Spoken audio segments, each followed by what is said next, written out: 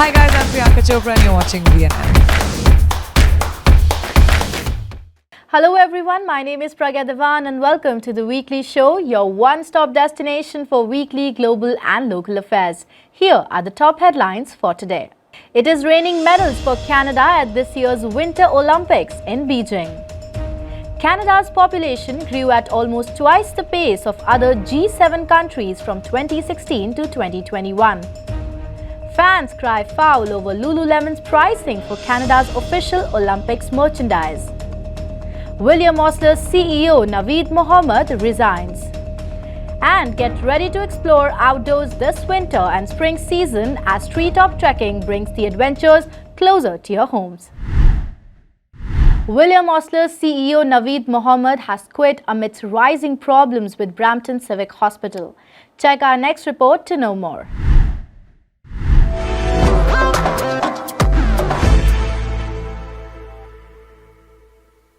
After less than 2 years in position, CEO of William Osler Hospital in Brampton, Dr. Naveed Mohammed, quits. Dr. Naveed took the charge of expanding Brampton's hospital capacity in his role as CEO of William Osler during the pandemic.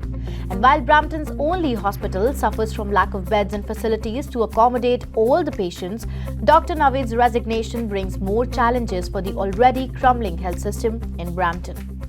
My name is Pragya Devan and you're watching Voice News Network. And let's talk about the current state of William Osler Hospital in Brampton, Ontario.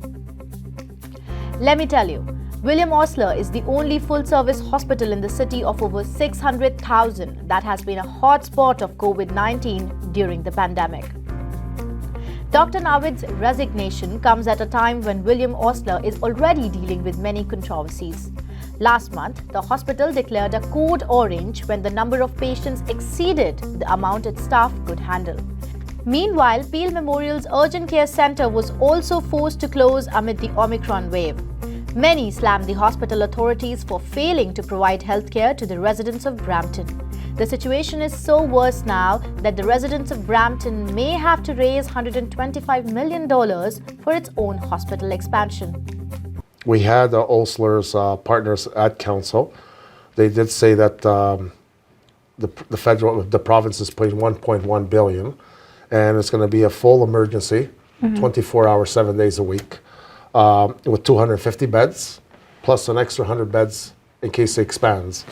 Also, they're putting a cancer treatment facility there, which is very important. So the hospital will be about $690 million.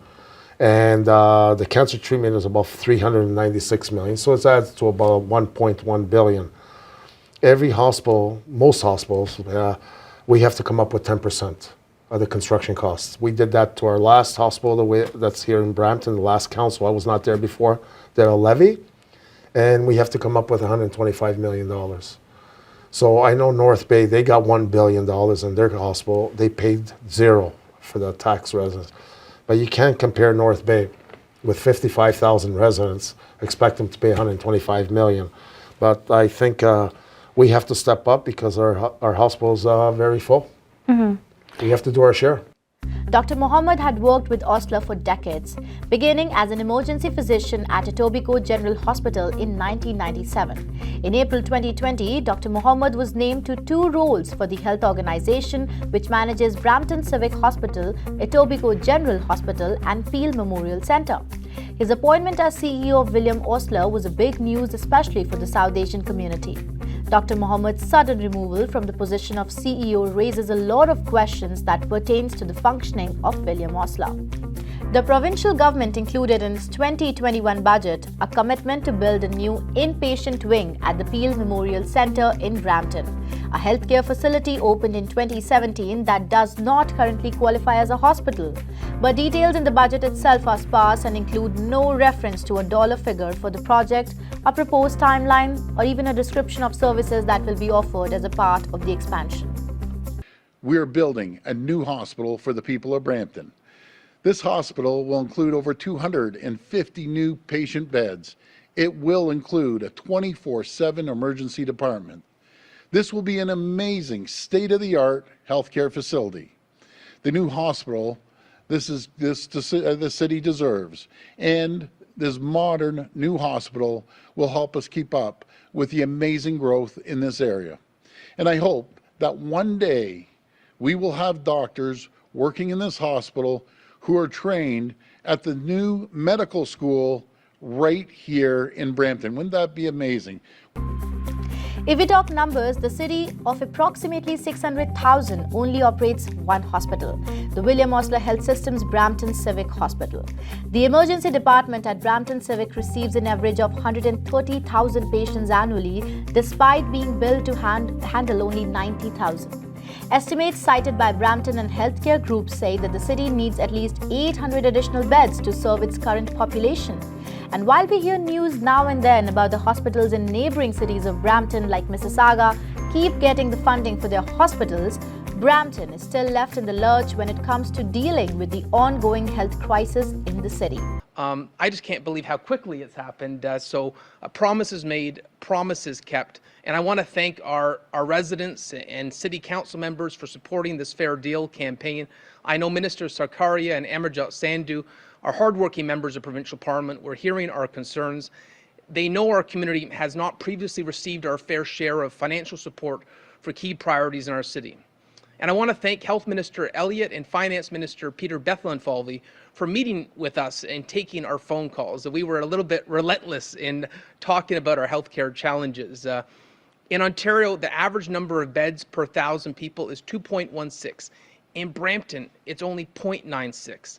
This new hospital will go a long way to ensuring that Brampton residents receive a fair deal. This is an absolute home run. And now Dr. Navid's resignation has created more red flags in this situation. Has he been asked to resign or he quit himself? It is still not clear. But what is pretty clear now is that Brampton's health system is crumbling and the government needs to act quick before the health system in the city of Brampton completely collapses. It is raining medals for Canada at the ongoing Winter Olympics 2022 in Beijing. Our next report will tell you about the inspiring Canadians who are shining bright at the Olympics this year.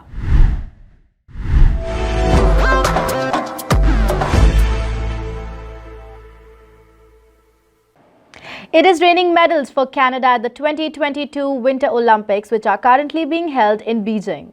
The latest one to bring laurels for Canada is speed skater Isabelle Widerman, who becomes Canada's first athlete to reach the podium at Beijing 2022 and is also its first double medalist. Canada currently has 10 medals at the 2022 Beijing Olympics, including 1 gold, 3 silver and 6 bronze. Here's who brought home the coveted medals for Canada. 27-year-old Max Parrott, a snowboarder from Quebec, won Canada's first gold medal at Beijing Winter Olympics.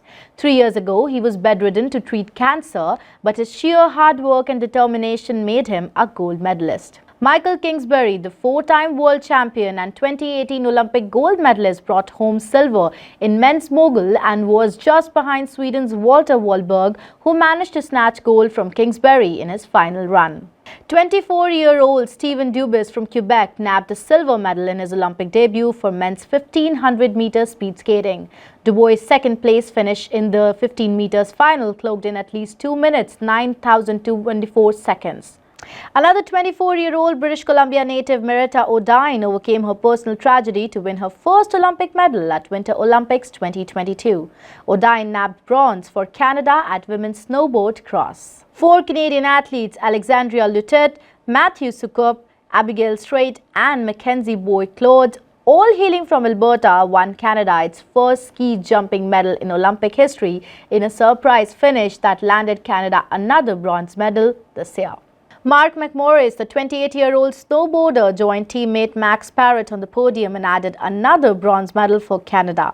He previously earned bronze at Pyeongchang in 2018 and Sochi in 2014. And Kim Botin, a Quebec native, nabbed bronze for Canada at women's 500-meter speed skating. Botin is also no stranger to winning medals at the Winter Olympics, having won 3 previously, including a silver and 2 bronze in 2018. Canada's performance at the Winter Olympics is praiseworthy, and here's hoping that our beloved Canada bags many more medals this year at the coveted Games. The Olympic season is on and people supporting Team Canada are ready to show more support by buying official Olympic merchandise by Lululemon. But the high-end prices of certain basic merchandise is making some Canadians unhappy. Our next report will tell you why. If you're cheering Canada at the ongoing Beijing Winter Olympics and you want to buy exclusive merchandise to support Canada, be ready to shell out $68 for just a pair of mitts from Lululemon, who's the official partner for Canada's Olympic team. $68. You heard that right. Now, Lululemon may be famous for selling pricey, form-fitting yoga pants, but the price point of the Vancouver company's official Olympic gear is snubbing many customers in a wrong way. Now, should customers be forced to spend this kind of money to show their patriotism for their country? Especially during the time when the country is already battling with the crisis of pandemic and people are struggling to bring food to their tables. We'll discuss this in this story. My name is Pragya Devan and you're watching Voice News Network.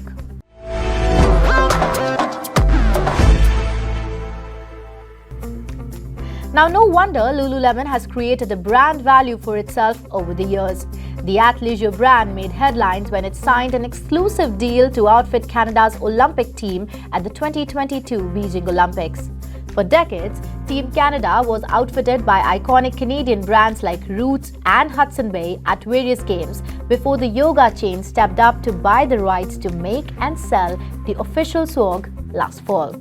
Now, if we compare the prices from previous years, the iconic red and white maple leaf mittens that were a runaway hit for previous sponsors Hudson Bay sold for $10 a pair during the 2010 games in Vancouver. But this year, for $10, you can buy Team Canada's hair scrunchies. For $14, you can get some branded hair ties. The price point for larger garments goes up quickly from there, topping out at almost $500 for a parka. Now, some critics are saying that the strategy makes perfect sense for an aspirational brand such as Lululemon. Many argue that the company paid in tens of millions of dollars for the rights to be the Olympic supplier, so they would want a return on their investment. But how much is too much? And should companies be allowed to monetize over patriotism? Many Canadians are expressing their dissatisfaction on social media, complaining that the price point for the Olympic collection is well above what average Canadians can afford. And not to forget, whatever sales Lululemon generates in Canada is the impression the clothes will have on the market it is really targeting, which is China. Let us know what you think about this issue. Should there be a pricing limit when it comes to national merchandise, or should companies be allowed to price cap whatever they think is right to bring profits to their organization? Canada's population grew at almost twice the pace of other G7 countries from 2016 to 2021, as per the recent reports by Statistics Canada. Check our next story to know which provinces are witnessing the highest growth in Canada.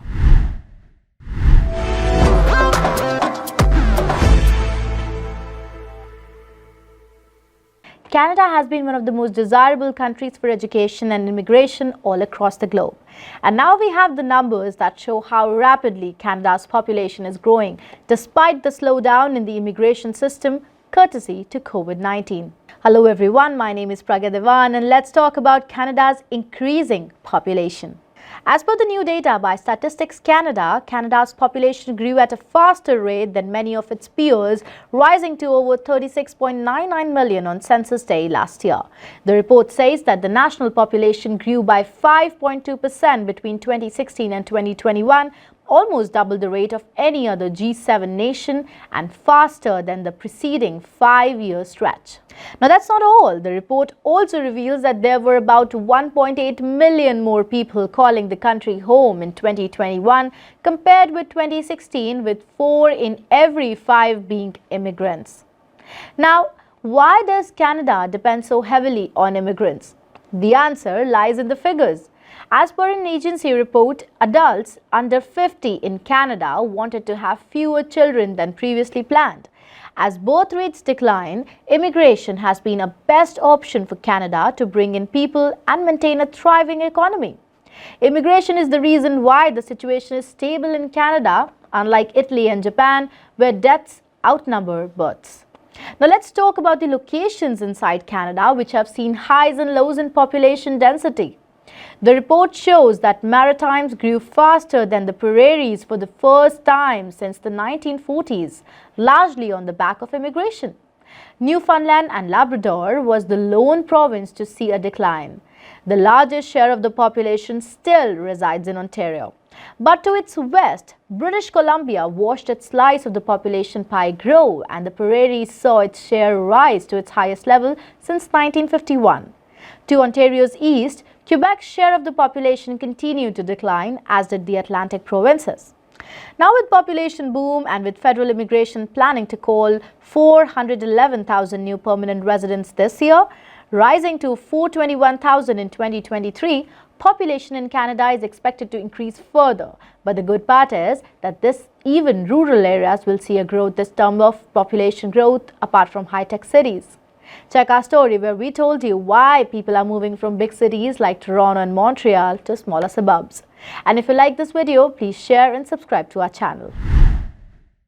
This week, I chatted with our realtors Praveen Arora and Sam Dillon about their new office and budget-friendly plans for people who want to get into real estate. Check it out.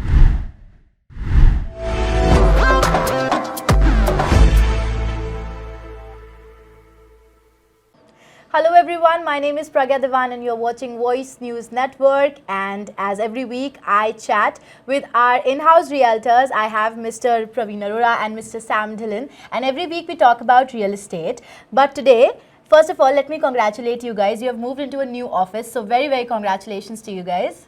Thanks, Pragya. So, because as I mentioned, you've moved into a new place. Tell me how Team Arora is going to be different now.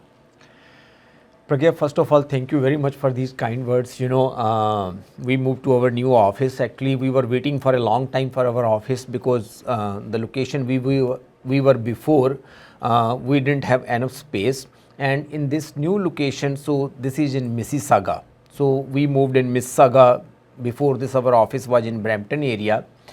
And the main thing is this, because before this we were operating from 2-3 different offices, because resale team was at a different location, pre-con was in the different one, and commercial was in the different one.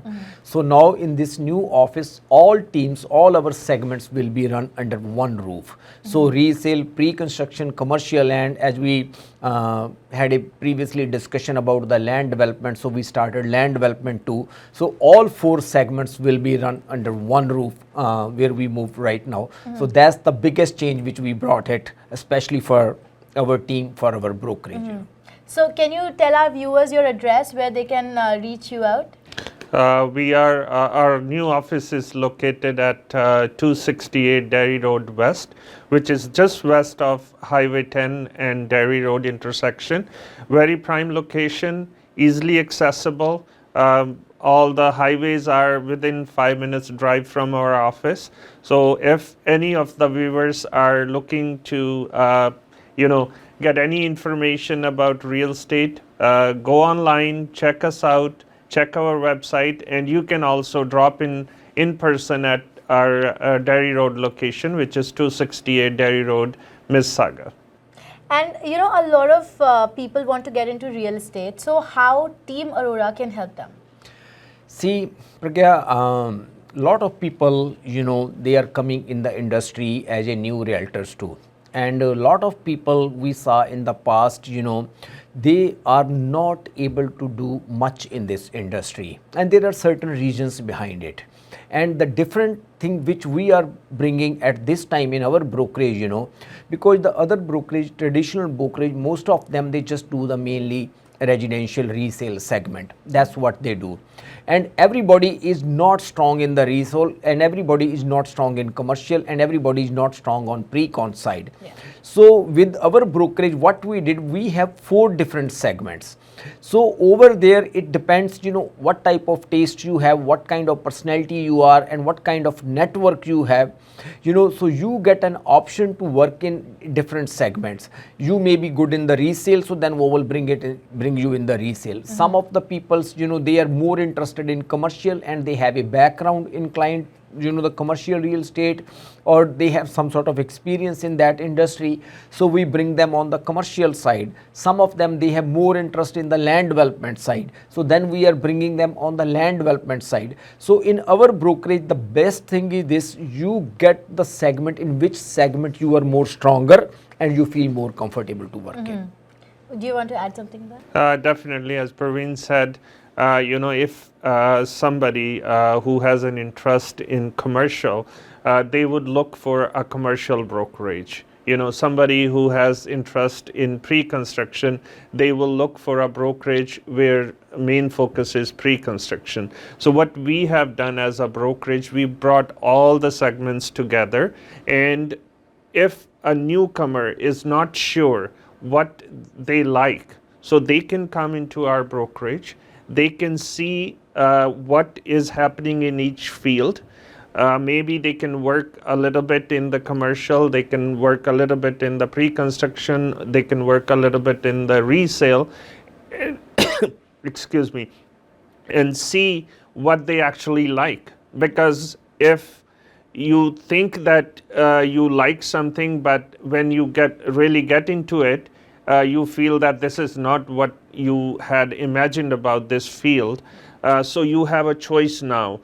Maybe you like resale better than pre-construction, right? And vice versa. So we have that strength that under one roof, we provide you all the platforms. And providing all the platforms, do you guys also provide some kind of training? Absolutely, Pragya, most of the brokerages, they have a training programs, but in our brokerage, what we did different, in training program, you have some sort of program. There are a lot of companies, those are running those programs, so you watch the videos and you look at those videos and then you try to learn it. But what differently we are doing, we don't have a training program, we have a coaching program where our live coaches coach our team, so they have interaction with our team members. They ask them individually the questions, they see what is their strength and what is their weakness, and then they train them, or then they coach them according to their strength and their weaknesses. So, okay, so one question I'm sure our viewers would want to know, why they should choose Team Aurora over other realtors who are there in the market currently? There are a few reasons, how we are different from the other peoples. As first of all, as I mentioned, we have 4 different segments. So we see what, according to your personality, which segment is the most suitable for you, right? Somebody, they are more interested in pre-con side, they have more interest in the brand new construction, they have some experience on the pre-con side, and some people, as I mentioned, they have more experience or interaction with the commercial real estate, so they are more interested in that side. So according to their personality, their experience, their qualification, their background, we decide in which segment they can work. That's the number one thing. Number 2, as I mentioned, we don't only have a training program, we have the coaching programs. So where our agents interact with the coaches and they have the live conversation with the coaches, where they focus on their strength and weakness, and that's how they improve. It's not like that, one program is running and everybody is listening that one. It's a one-on-one individual type of coaching, where they are getting information according to their own strength and weakness. Beside this one, our office is located at the border of Brampton and Mississauga. So those people are working with us, they can capture Brampton area and Mississauga area, where there is a lot of our South Asian community. So the location is very important, especially for the real estate offices. And on the top of that, Pragya, the environment which we created in our office is totally different. It's not like that, that people are coming to office sometimes they don't come to the office. We have a daily schedule, we have daily activities, so we request all our agents to participate in those activities and participate in that daily schedule. The more they participate, better the results they are getting. Yeah. Do you want to add something? Definitely. The biggest challenge in real estate industry is we are self-employed. And when you are self-employed, there's lack of, I would say, motivation, lack of scheduling, lack of time management. So what we have done is And the biggest thing is you're not accountable to anybody. When you pay brokerage their dues, that's what most brokerages care for. What we have done is we take a lot of focus on accountability of the agents. No doubt real estate is a very lucrative business, but it is also a business where drop rate is huge. A lot of people will leave within first 1 or 2 years because they have no direction. So when you join our team, we make sure that you are accountable. You are set up for success from day one, as Praveen mentioned, that we provide coaching. The one big thing I always say is that you have to have a passion for what you are doing. And, if you have that passion, we can teach you the profession. So it's no big deal for us. We have, between me and Praveen, we have almost 40 years combined experience in real estate industry. And we've seen, if not all, most of the ups and downs. We know where the pitfalls are. We know where the wins are. So we can set you up for success. So what would be your final word to the viewers? I would say if you people want to come in the industry, first of all, I will suggest try to come as a full-time realtor rather than a part-time realtor, because part-time realtors, you have lot of limitations. You have lot of limitations on the learning side, right? And if you are coming full-time, then we are the right platform for that one. The reason why, because we have a daily schedule for the activities. We have daily coaching, training programs. They participate in that one. So far, as Pragya, Sam mentioned, we are in the business for a long time. So we see lot of up and down in the business, and how we do different from the other people, we have a daily meetings, and in that meeting everybody shares their own experience, what they did yesterday, what went well or what didn't go right. So that way they are learning live from the other people's experiences too. So they don't need to repeat the mistakes. If I did some mistake, I will share with Sam, so Sam doesn't need to repeat that mistake. So that's the best strength what we have. And if people want to come, definitely just give us a call. You can set up a meeting with me, Sam, and we have our sales manager Frank as well, so they can talk to Sam too. We have another manager Derek, so they can talk to any one of us. And if you feel comfortable working with us, I would say this is the right platform. See, the biggest thing for success is your mindset and the environment you are in. As Praveen mentioned, we have daily meetings to boost the mindset.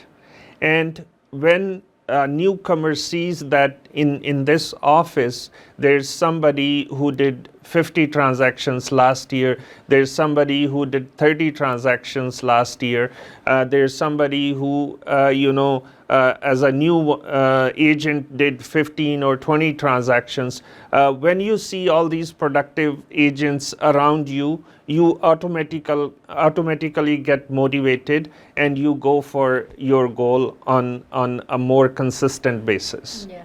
So I think, I can clearly tell my viewers that if you're looking for a platform which can train you, motivate you and enrich your passion, then there is no better option than Team Aurora. So if you want to contact them, you can find the details at the bottom of your screen. Thank you so much for joining us today. Thank you for having us. COVID-19 introduced lockdowns in our lives, and we all agree how important it is to connect with nature and step outside.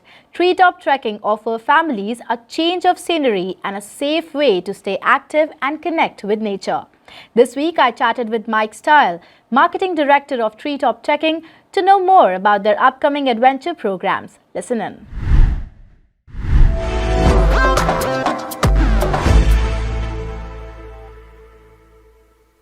Hello everyone, today I'm joined by Mike Style, Director of Marketing at Treetop Trekking. Thank you so much, Mike, for joining us today.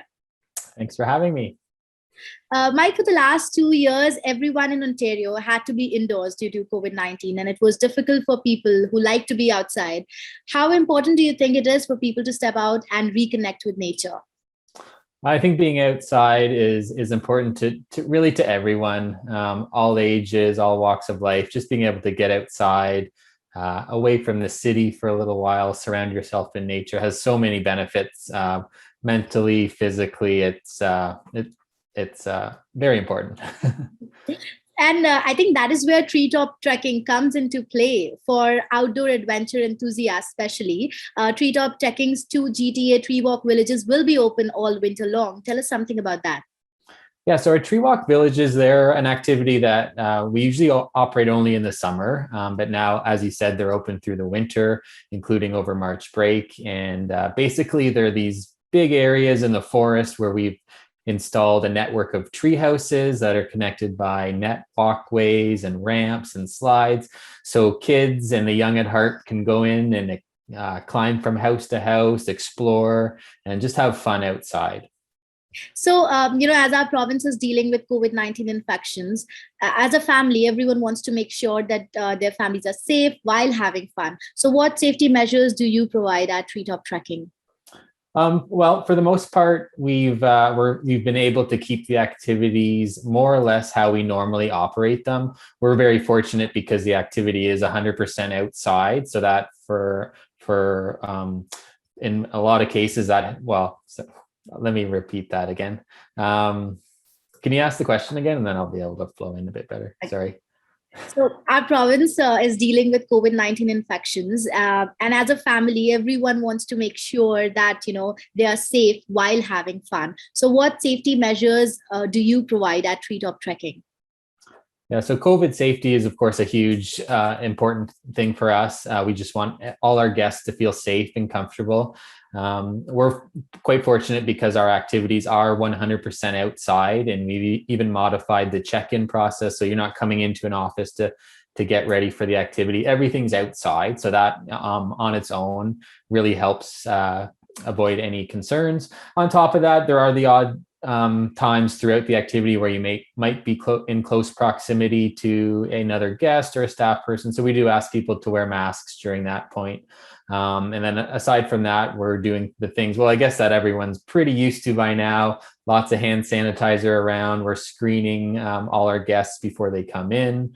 We're pre-booking, so we have contact information for all our guests. And overall, we're just encouraging and reminding people to keep their space, stay 6 feet apart. There's lots of room in the forest where we are, so that's really no problem. Mm-hmm. And I want to talk more about the pricing. So what are the rates like for trekking adventures, and what are the timings? Yeah, so the Tree Walk Village, it's our kids activity that's open through the winter. It's ideal for ages 3 to 7. And for kids, it's $22, and that's for a 2-hour activity time. For parents to come in with them, it's only $10 per parent to come in, and they like to get in on the fun with the kids most of the time anyway. And then some of our other activities that we offer in the spring, summer, and fall, we have lots of activities for older kids and adults, like our zip line and aerial game trek. We have our discovery courses, which are a junior version of that. We have zip lines, team building programs. We even offer night treks where you can have a headlamp on and you're up climbing through the trees in the dark. So lots of different activities for all abilities and ages at the various locations in Ontario. Mm-hmm. And I know Treetop has 7 adventure parks all across Ontario. Can you tell us about the locations of these parks? Yeah, so we have the 7 locations in Ontario. I'll rhyme them off for you. So we have our Barrie Park, which is at Horseshoe Resort. We have a park in Brampton, which is at Heart Lake Conservation Area. It's really amazing because you can zip right over the lake. Lots of fun. We have a park that's between Oshawa and Peterborough. That's at the Ganaraska Forest. Just a beautiful natural setting where you really feel like you're escaping the city, getting away from it all. We have a park up in Huntsville, which is in Muskoka. So obviously very beautiful area for people to visit in the summer. We have a park in Hamilton, which is at Binbrook Conservation Area on a lake. Beautiful space, hiking trails, kayak rentals, and lots of other things you can do there. And we have our newest park in the Thousand Islands, which is opening up in May between Kingston and Brockville. And that is what I'm going to talk about in my next question. Treetop is also starting Skywood Eco Adventure, which will be in partnership with St. Lawrence Parks Commission. So what adventure activities visitors can expect in this new project? Yeah, so that new park, so Treetop Trekking Thousand Islands, it's going to have a really wide range of activities. We'll have the Tree Walk Village, which is the adventure park for kids. It's the whole network of tree houses. So that has no minimum age. For older kids, that park has the Discovery Kids courses where they're wearing a small climbing harness and helmet and navigating on different bridges and obstacles in the trees. And then for the big kids and adults, we have our zip line and aerial game trek where you're way up in the trees climbing on bridges that can be up to 4 or 5 stories in the air, zip lines that are hundreds of feet long. So really fun for all ages and abilities. Yeah. And, there are many adventure parks which only allow certain age groups, to participate. But whatever I have researched about treetop trekking, this one is for everyone who wants to stay active and be in touch with the nature. What do you have to say on this? Yeah, so we do have activities for all ages, and that was really a goal of ours was to be able to design and create these experiences specific for different age groups. So older kids 9 and up, as well as adults, can do our zip line and aerial game trek. That's offered at all 7 of our locations, and that's sort of the traditional treetop trekking is what people think of, climbing up in the trees and zip lining. And then for younger kids, age 5 to 8, we have the Discovery Kids courses, which is a junior version of the aerial trek. So they're still wearing the harness and helmet, but they're on bridges and zip lines that are closer to the ground, a little easier for parents to keep watch on them and encourage them along. And for the youngest kids, we have our Tree Walk Village, which is the networks of tree houses. It's a whole village, essentially a village up in the trees that kids and families can walk through and explore, and that's open to all ages.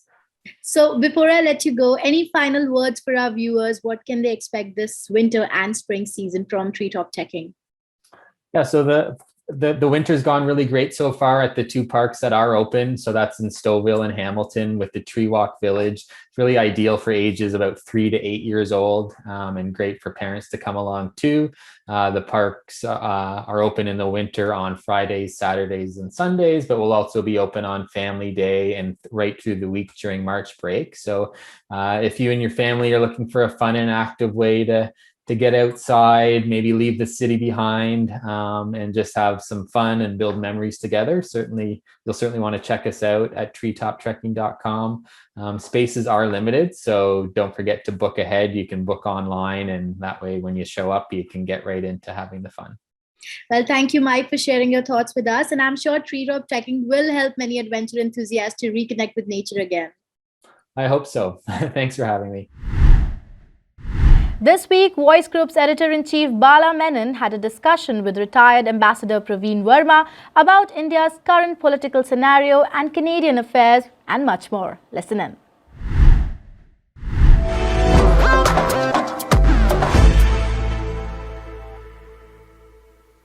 Hi, welcome to VNN, our next episode in our discussion series, and we have with us today, of course, it's Praveen, Ambassador Praveen Verma. Thank you for having me again, and I'm happy to come and talk to you. It's a pleasure always, Praveen. Yeah, it's always a pleasure.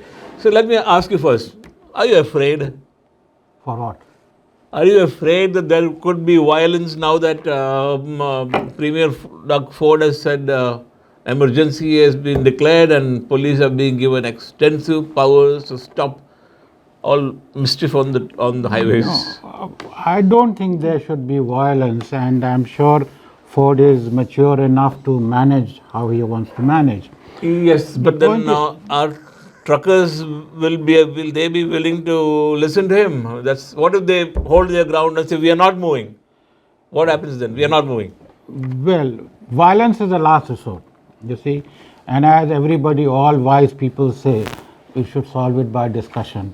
Our friend Trudeau also said that. But that is the language of a diplomat, right? Yes. Okay, talks. But what if one or the other party are not willing to talk? What happens then? That happens when what happened in India is 6 months or how many 1 year long agitation, Nothing which happened there? which cannot happen here because it's more crucial and the economy is more Yes, held that's at stake. In India, it was just a small pocket which was held back. There's not a border issue. And yeah. let me remind you, there was an incident some time ago where indigenous people had blocked the railways Yes. and they were removed.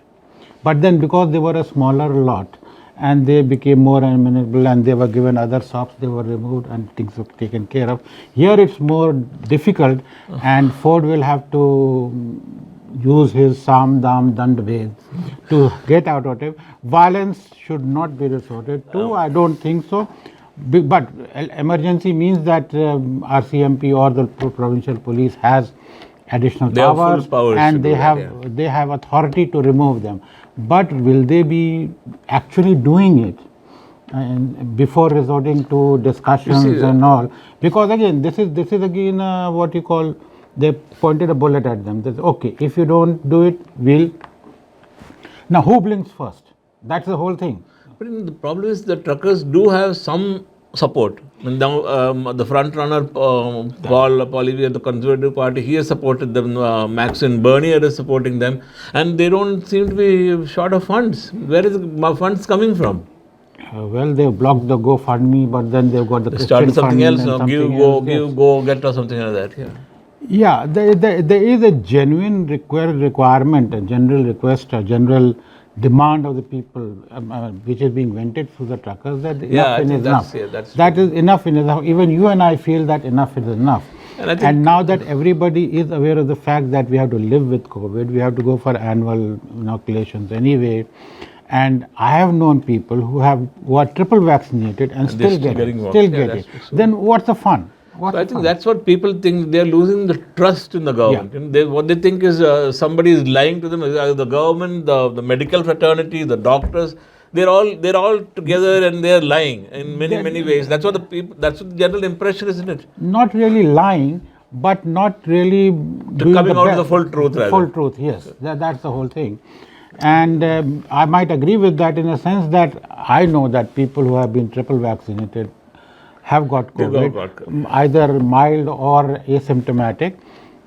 But things should ease out, and Ford has taken a step in that direction, and he's sort of made movements to ease out the restrictions even faster than what he had projected. Yeah, that's a good sign. Something. So these sort of things will help Ford in sort of discussing with the truck drivers.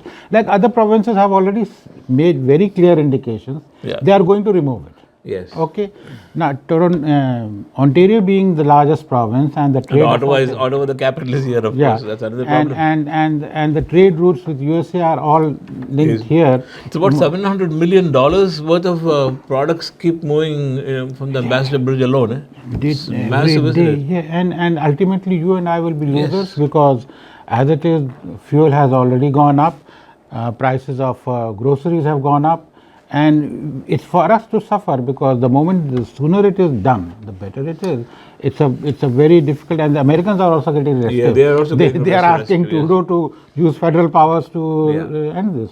But see, there are big rigs, tractors, and now RVs, children. That's with children inside. You see, now the problem. RCMP and the police are trying everything. They are putting smaller charges, putting tickets and minor violations, that won't be enough, but, and trying to sort of discourage them. But then there has to be, as you say, a strong measure. Either revoking of licenses, commercial licenses, revoking the driving licenses. You see, that can happen. In a democratic and a liberal society, it's not possible because anybody can go to a court and get an injunction. Yeah, right. So really, you cannot do. I hope it's not an impasse and that something works out very soon. Let's hope. By the time we need next time, also maybe we are happy and we are discussing how good it has been. We'll have to see how that works out anyway. So Praveen, just one other thing. What is happening on the Ukraine-Russian front? Who is needling whom? As a diplomat, what would you say? Is somebody, Russia poking them, or the NATO poking, or the US poking from the other side? What is happening in Ukraine? You see, both of them are poking each other. You see, I'll tell you what happens is when The Russians have got the world's attention. Yeah. Okay. Now, having got the world attention, they want the attention on them continuing because they really want to emphasize the point that enough is enough. They are very powerful. I think. And you cut us down at that time. Now we are back in our strength. Our military power is fine, and we don't want any.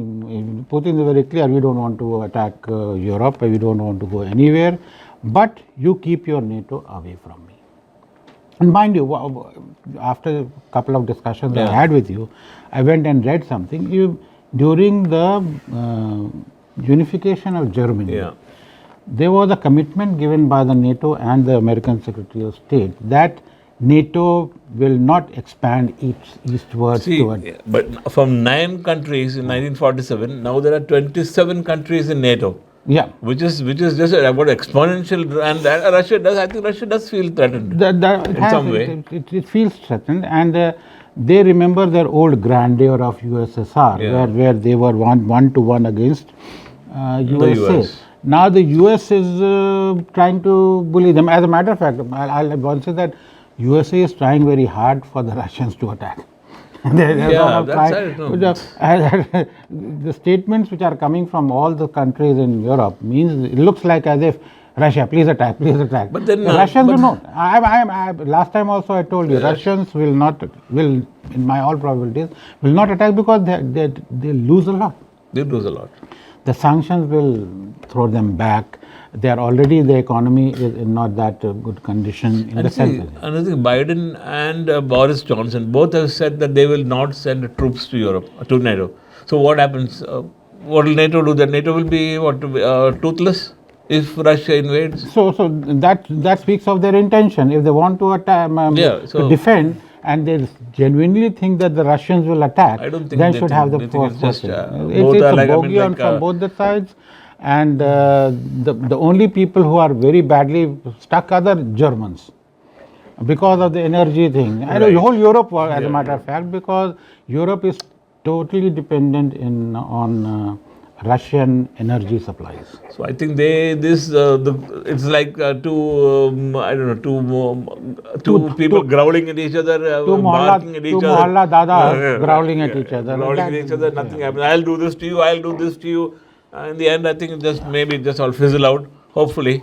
Because you see, it's a very delicate situation because nowadays war can be started one shot, and something goes wrong, and we've seen so many movies on that. That one very well picturized and all that. That things really go to the edge once it goes into the hands of the military leaders. I would not blame the military leaders. It's all they have to react. They have to react. They have to have the preparedness, and they have to report to the commander-in-chief that we are ready, and you give me orders and I'll fire. Going back to India, these elections are in, and the problems have started again, like the Shaheen Bagh problem of those days of 2 years ago. Now the hijab controversy. Started with the small 6 students in Karnataka. Now it is spreading all across India. Chennai had a big demonstration. In Jammu there was a demonstration. And the courts are involved. Every political party is issuing statements. There are posters being put up. Hijab first, kitab next. Yeah. What is happening? This is a trick question you put onto me. But then it's election time in India. Yeah, so this issue was not there. It started because of the election, and 6 students or 7 students, or whatever number of students, suddenly one bright morning put a hijab and came in. And in reaction, the other reactionary party, they put some saffron clothes and came in, and this started the problem. But so what has happened is that suddenly these 6 students start this, and then it is sort of, as you said, snowballed into things. Now this raises number of issues. First of all, why the schools and colleges were closed, but then the administration had no other option, because they felt that there might be some violence and some sort of a scuffle between the two sides. But the issue still remains that people have gone to court, And one judge was very smart. He said, I'm not deciding, it will go to the higher court. The Supreme higher Court court has said, said I'm no. not deciding, it will go to the Supreme Court. And the Supreme Court said that I'll take our own time. We'll do it at an appropriate time. So yeah. I think that's all, it's all in limbo again. Limbo again, but the fact is that why this issue of hijab? Is hijab essential under the Islamic law? Some people I think say once yes. I think Supreme Court has said no once. No, but hadith and all these religious scriptures say about that. But then that talks of a society which is 1400 years old. Yeah, but see, we have seen Saudi princesses, the UAE, the sheikhs' wives, King Abdullah in Jordan, their wives, sisters, they don't wear hijab. They are the protectors and keepers of Islamic. They are all coming out of it. As a matter of fact, Saudi Arabia, which was known for its regime, has allowed modernizing very slowly quickly. Modernizing, and then for us, we have had taken some very bold steps, triple talaq and the Shabano case and all these things.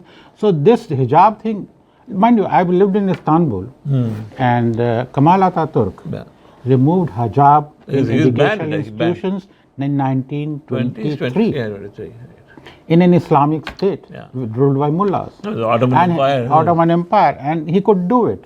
Of course, Erdogan has come and reversed it. But then for more than 100 years, 150 years. So I think now it is difficult to bring Islamist ideology into Turkey. It will be a bit difficult because I think the people have already learned how to live in a liberal atmosphere. Yeah. So. But then he has overturned, he has reconverted the church into a mosque again. That museum into a mosque again, and Islamic laws are more prevalent, and hijab has also been, earlier it was banned, it is no longer banned. So girls can go to the universities with hijab on. So if say a section of the Muslim community wants their own personal law to continue, including hijab. That's where the question of universal civil code raises up. Or if in India? Or if those sections of the Muslim community who wants a personal law, why can't they also have the criminal law enforced then? Say if there's a thief or something, their hands can be cut off, their heads can be cut off, beheaded. Why only some sections of the personal law are okay? We have a strange situation where we have a uniform criminal code in India, but we have a sanctity of the Hindu personal law and the Muslim personal law. But it's a uniform criminal code. But it's not a uniform civil code. So that's a dichotomy. That's a problem. See, really, some of the liberals are really thinking about it, that this will raise the issue and give a leverage to the BJP or the present government to move faster towards a uniform civil code. As a modern country, I think that's what is needed, isn't it? Canada, US, Britain, anywhere, it's all uniform code. Yeah. Either you do it like in Quebec, that nobody is allowed. But there, I don't know what the ground rules are quite different. I mean, India. This between you and me is an election issue. It's primarily an election issue. After it dies Once the election starts, it'll like the CA just fizzled out. The farmers fizzled out. Whenever there's an election, something pops up. But the farmers got a solution in the sense that Modi blinked and he had to sort of withdraw it. I personally feel that farmers' law was wrong thing. That is a bad thing. He should not have withdrawn it actually. But then it was his mistake also. He bought it the wrong way. Okay, now of course that will continue until the elections are over. Of course, until the UP elections, which is a crucial one for all parties. What's happening there now? First phase has gone through quite peacefully. Of course, 60%. Does that indicate a trend against Yogi or a trend for Yogi? Both says I'm not a person who dwells into this because but this area which was polled was Western UP, which was affected by the farmers' agitation. So. BJP is defensive in this area. I mean, they do expect to lose many seats which they had earlier. So 60% itself seems to be a good performance. Good thing, and I am told that in certain, like in Noida, I have my friends some over there, and on WhatsApp somebody said, "Kahan ki hawa beh rahi hai?" So they said, "Kamal ki hawa beh rahi hai." So it's true. Because possible. I think the focus farmers. I think that just after that polling there, that Western UP ended, they released that the person who was arrested to the Lakhimpur. That I don't know. That's another funny. That's a funny situation. I don't know what that. That'll create problems. That, and the same thing like the Ram Rahim. He was arrested. Haryana has released him on parole. Parole. Because he has a lot of the Following. Deras under his control. So I think as election time. They will vote en bloc. For the ruling party rather. So there I think BJP scores a point. A dirty point. It's a dirty point, yeah. They should not have done it. Or the timing was wrong anyway. A dirty point. Okay, anyway, thanks a lot, Praveen. Not at all, we've had enough for today. Next week, I think it's a stomach full of news anyway. So I think time for a good coffee then. Yeah, okay, thank you. Thank you, Praveen. Thank you, Bala. Thank you. Keep watching for our next episode that will come up next week. Yeah, thank you. Bye. Bye. And that is it in today's episode of The Weekly Show. We would love to hear your thoughts on the show, so type in the comment section and tell us what you think. You can follow us on our social media handles, and if you like this video, don't forget to subscribe us so that you can get all the updates.